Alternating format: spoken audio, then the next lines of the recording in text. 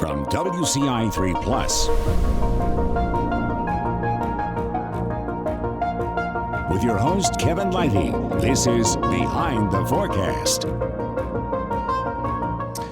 Everybody, welcome back. It's another edition of Behind the Forecast. That's my name right there, Chief Meteorologist Kevin Lighty. And you can follow along with me in a lot of other different places as well. That's right.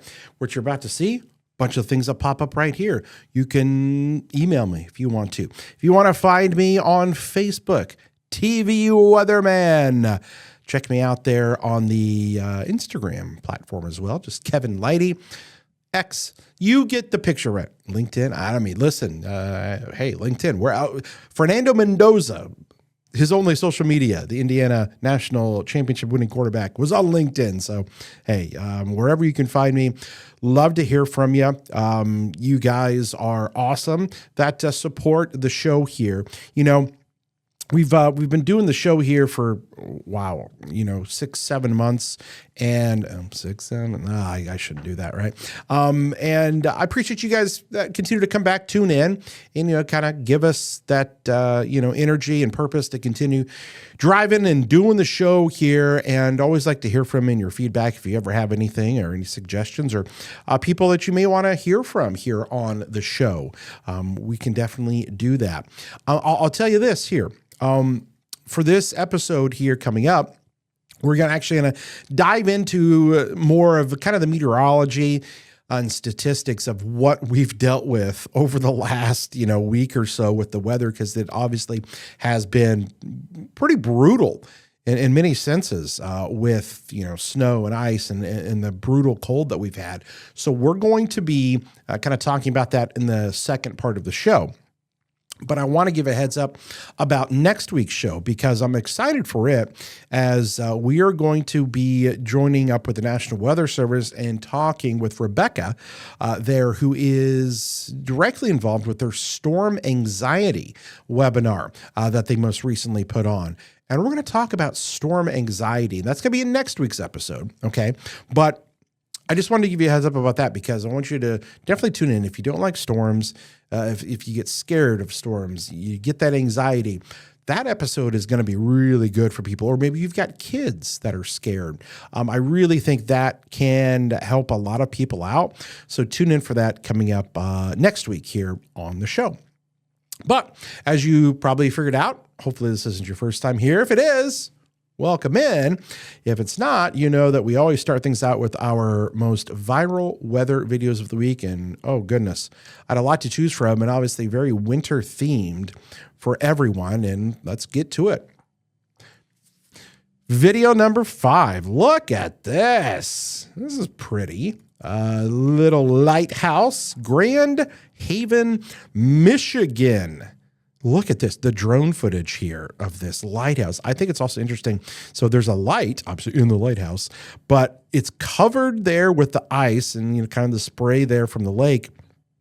And you'll see the light every once in a while. Flash.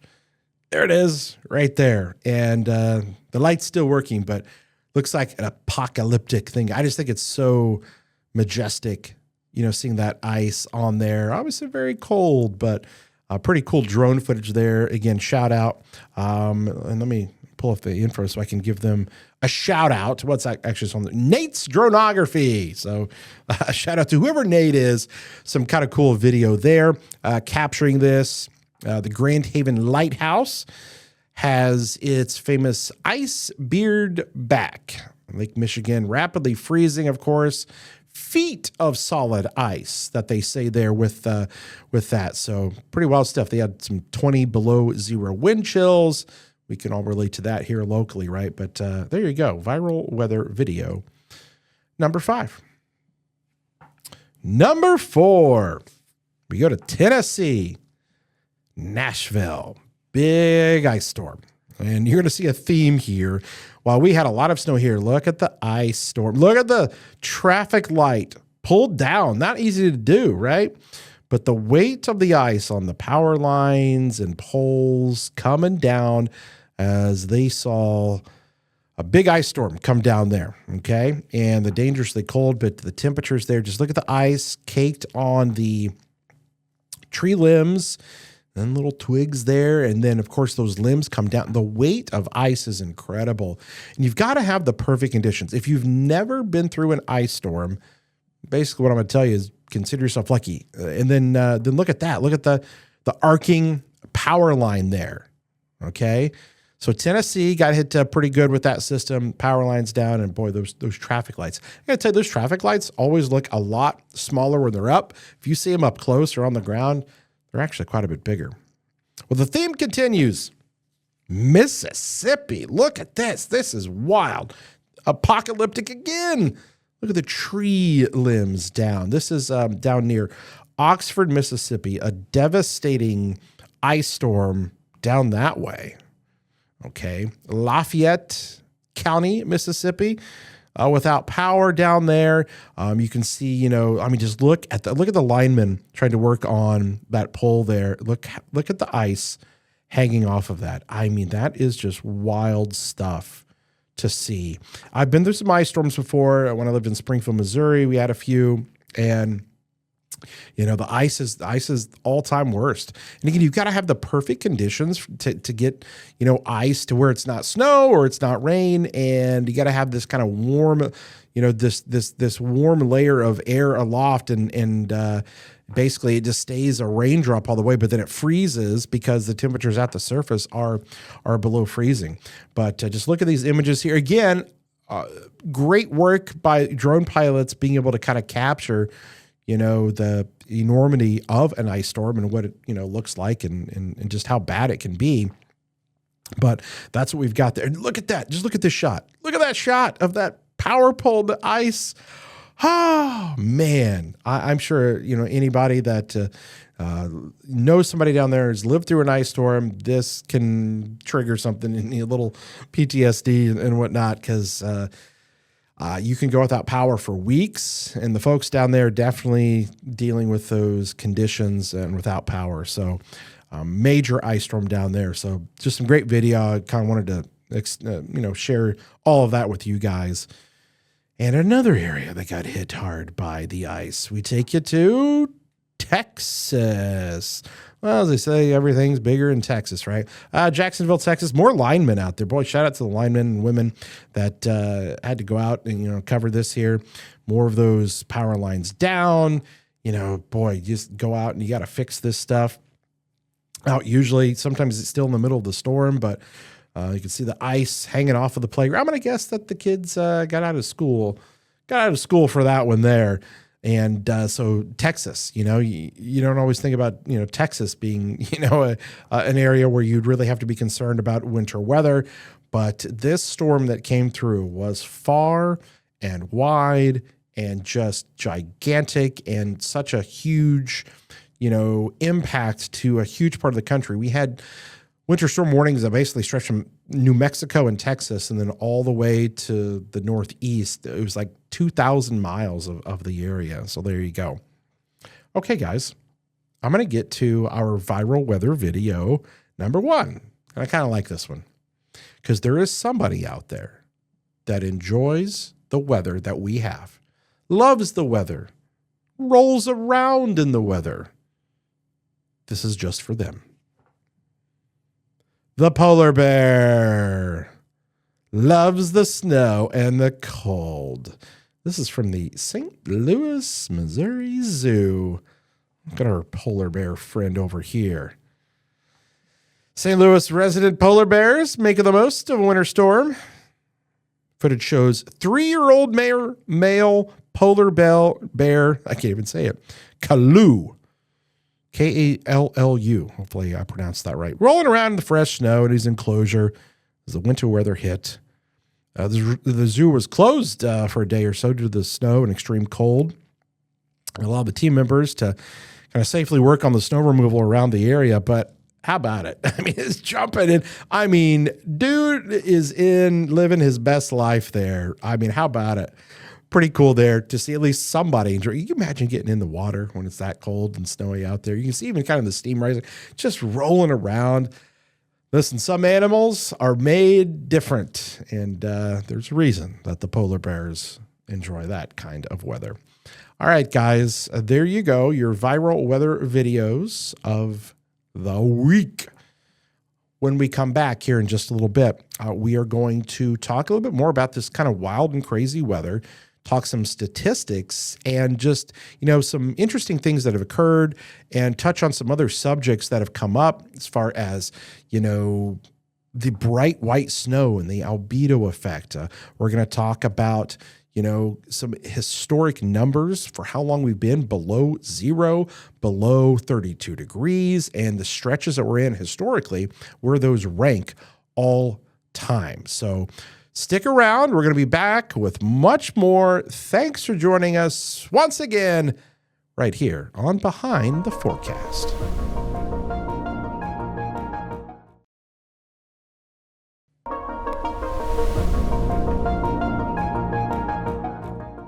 Everybody, welcome back in here to another segment of Behind the Forecast. I'm Chief Meteorologist Kevin Lighty. Thanks for joining us here as we get things going. And here's the thing, folks. It is about time to kind of delve into a little bit more of this last week's weather and just some other kind of tips and safety things and some interesting stats and whatnot that have kind of come up as a result of this winter stuff that we've been going through. And you've probably heard us talk a lot on TV here, recently about frostbite and, wind chill values, and how wind chill values getting down to, 25 below zero can really be a thing. And we had those numbers. We actually had some 30 below zero numbers.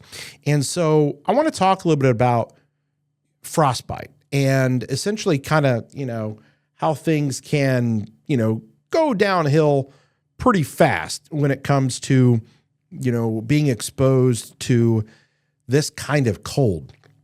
So what people don't maybe completely understand with the wind chill, basically you've got a layer of heat around your body, and when the wind blows, it's actually removing that heat around your body. So that's why when we say there's the temperature and then there's the wind chill, the temperature is what the air temperature is, but you have to factor in your body that usually has that warm layer of heat around it, and that kind of, counteracts the air temperature a little bit, at least keeps you a little bit warmer. But when the wind comes through, it basically blows that heat away, and you can get frostbite because it's so cold to exposed skin. So that warm heat around your hands, because again, your blood flow, going to your hands there and in your feet and whatnot. So frostbite happens there. Your skin gets numb, pale, and red. There's risk of tissue damage there. If you got tingling and numbness, white or waxy skin, blackened or blue skin, obviously, that could be, a real bad deal. So you've got to be careful when it is this cold out there, because frostbite can occur. And, hopefully I didn't hear too many people of that, but like if you got stuck out in this, it's the deadly kind of cold. So that's why frostbite can really be a thing. Let's talk a little bit about some of the numbers here. Okay. How about this for you? So Springfield, Illinois, the past week had a record that was not just broken. I would like to say that record was, just full on shattered. We had 13 below zero. Okay.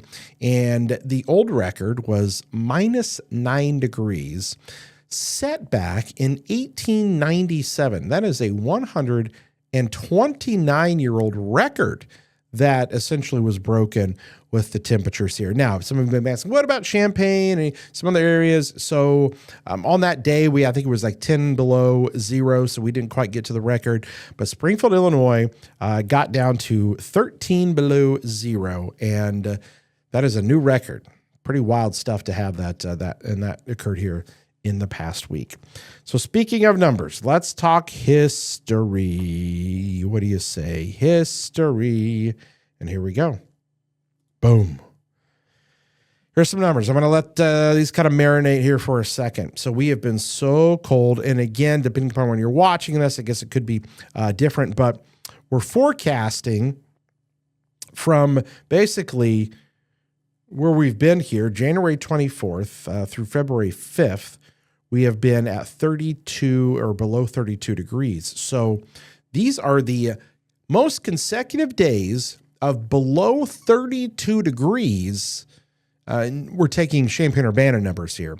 But boy, does anybody remember 1977, January and February?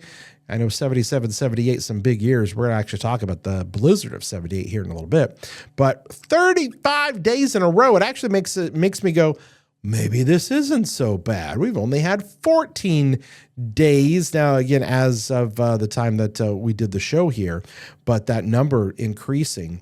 Here's the thing. Could we get to those higher numbers of 19? Not out of the question, but you can see actually just how far off we are for consecutive days below 32. 35. So we're ranked 20th right now, which, I thought it would be way, way more, right? But this next one may be the one that makes you go, oh, there it is. So this was 32. Let's do 0 degrees. So 0 degrees or less streaks. Now we're starting to get up in the records here, okay? At this recording time, 7 days, but we're probably going to get to 8 or 9, okay? So we're going to be either 4th or 5th, tied for 5th. Looks like there's been 8 times. And as early as January of 2018, we had 8 days in a row there, and 94 and in 1901. So I think that's probably where we're going to land with things. But 11 days is the record. You imagine 11 days of below 0. That happened back in 1989.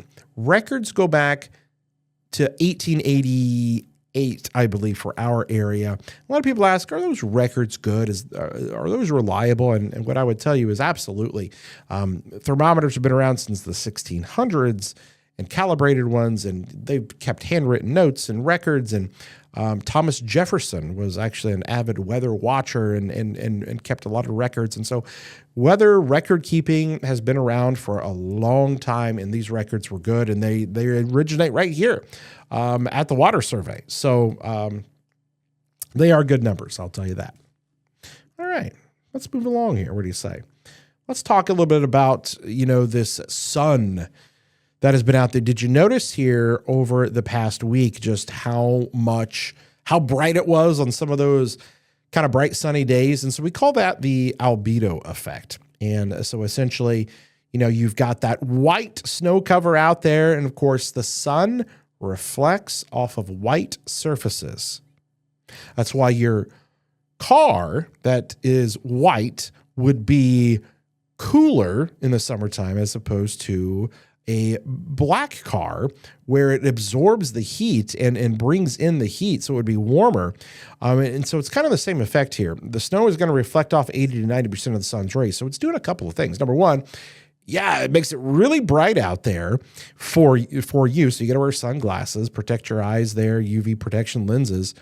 But it also keeps the temperature down with that snowpack, because we like to say snow breeds colder air, because any of the heating you're trying to get during the day escapes right back up into the atmosphere. And so you can't warm things up very much. That's why you have so many kind of nights in a row, a lot of times when the temperatures kind of stay cold. So we had that this past week, the albedo effect there with the sun kind of reflecting off of so much of those white surfaces. All right, I want to talk about this just a little bit here. So here's a picture, and I'll zoom in just a little bit more for you. Take a look there, bottom part of your screen. That is a snow roller.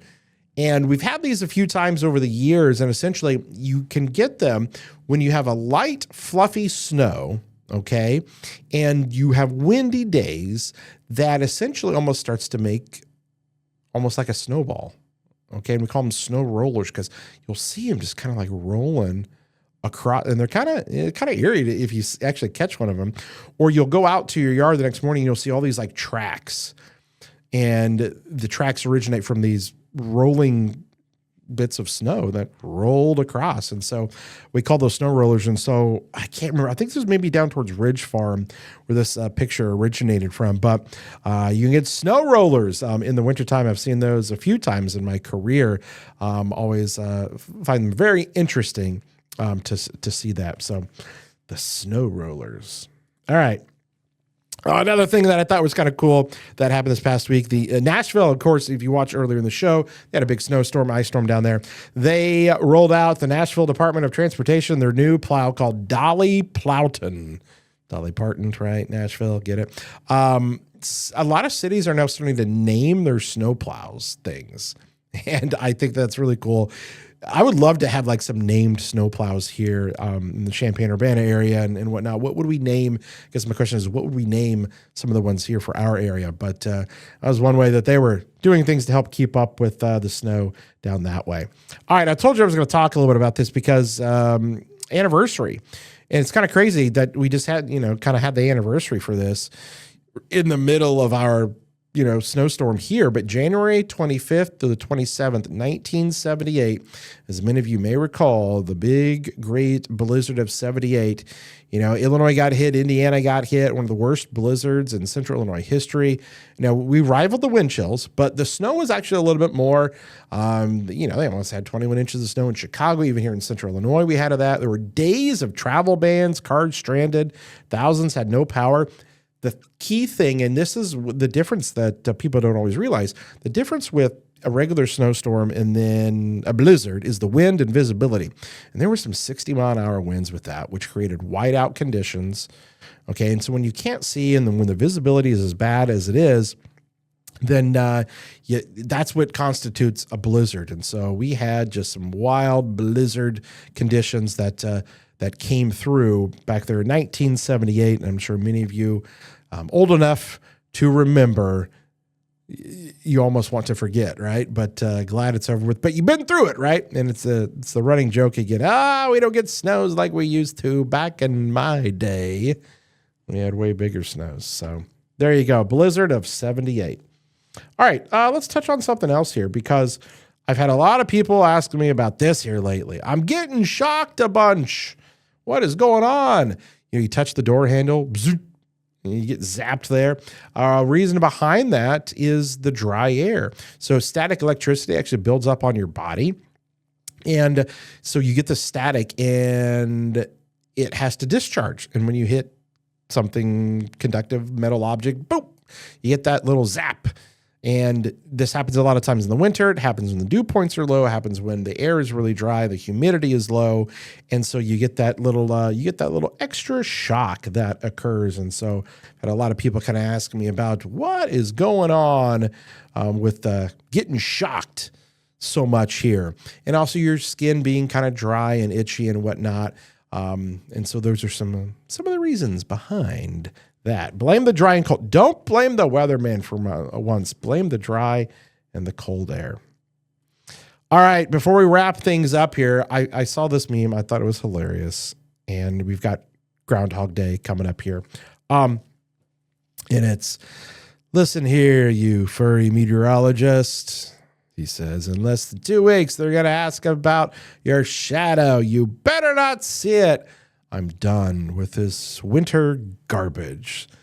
I think there's a lot of us that might be able to relate to our little friend here talking to our groundhog, which, of course, Groundhog Day coming up here just around the corner as well. So there you have it, folks. A little bit of everything there, kind of a hodgepodge of stuff to, kind of mull over after we've kind of just been through a brutal start to our winter. And it's just kind of wild to think that we still have nearly 2 months officially of winter left. So we're not through it just yet, folks. We're going to get there, but we may be starting to turn the corner, hopefully with some warmer temperatures and some things coming our way, but we're just not quite there yet. Hope you guys are all staying safe out there, staying warm. I know you're probably not looking forward to the utility bill coming up. Hopefully your furnaces are working and keeping up and whatnot. Just do your thing to stay safe. Dripping the faucets when the temperatures are down to like 10, 15 below. And I get a lot of people always asking me, what temperature should we do that at? So many different variables, your house, your pipes, like where are they at? How old is the house? Where are the pipes, things like that. So a general rule of thumb, 10, 15 degrees, you consider it on some older houses and piping, and, maybe in the single digits for others, but everybody just kind of has to do what they can do to keep things good. All right, guys, next week again, storm anxiety. Are you scared of storms? Do they bother you? Your kids, maybe. Really good, I think, informative discussion and some stuff you may learn, some tips and tricks on what you can do to kind of help out when storms come. Who knows? Maybe after this winter, some of you may have not just storm anxiety about severe weather and tornadoes, and maybe winter and ice, right? Who knows? So again, I really hope you guys can tune into the show coming up next week. But for now, that's going to wrap things up here. Thank you guys again. Reach out to me if you have suggestions for the show, some interviews, people that you would like to have me bring in and talk to. Love to hear from you. Don't hesitate to reach out. We're all in this thing together, right? That does it for Behind the Forecast. We'll see you guys again next time.